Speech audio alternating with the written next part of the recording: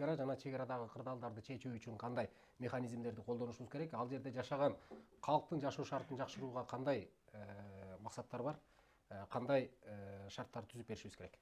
Эң биринчиден мен Баткен элине бүткүл кыргыз элинин атынан чоң ыраазычылык айткым келет. Биз азыр чегара маселени баардыгыбыз талкуулап жатабыз. Бирок ошол жерде, ошол чегаранын жанында жашап, ошол болгон, мисалы үчүн акыркы кезде Тажикстанда болгон азап тозокторду өз башы менен көрүп, үйлөрүн өрттөп ошого чыдаган элиме таазим кыламын.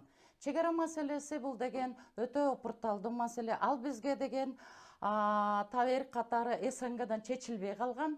Ошон үчүн баягы айтат, кошуна менен биз ынтымактуу жашашыбыз керек. Демек, дипломатия маселеси менен чечишибиз керек. Алыскы туугандан жакынкы кошуна дейт.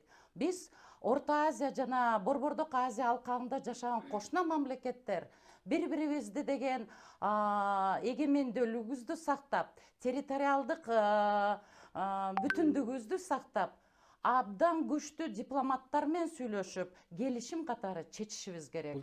Бул жерде депутаттардын барган эл өкүлдөрүнүн функциясы кандай болот ошондо? Депутаттар эмнени чече алат?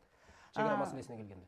Депутаттар бул мыйзамдардын баарын изилдеп чыгыш керек. Буга чейин кабыл алынган. Анткени эки тарап деген ар түрдүү документтерди көрсөтүп чыгып атышат.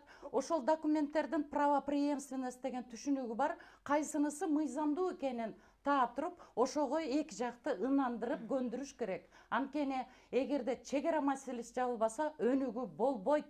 Элдин тынчтыгы кымбат.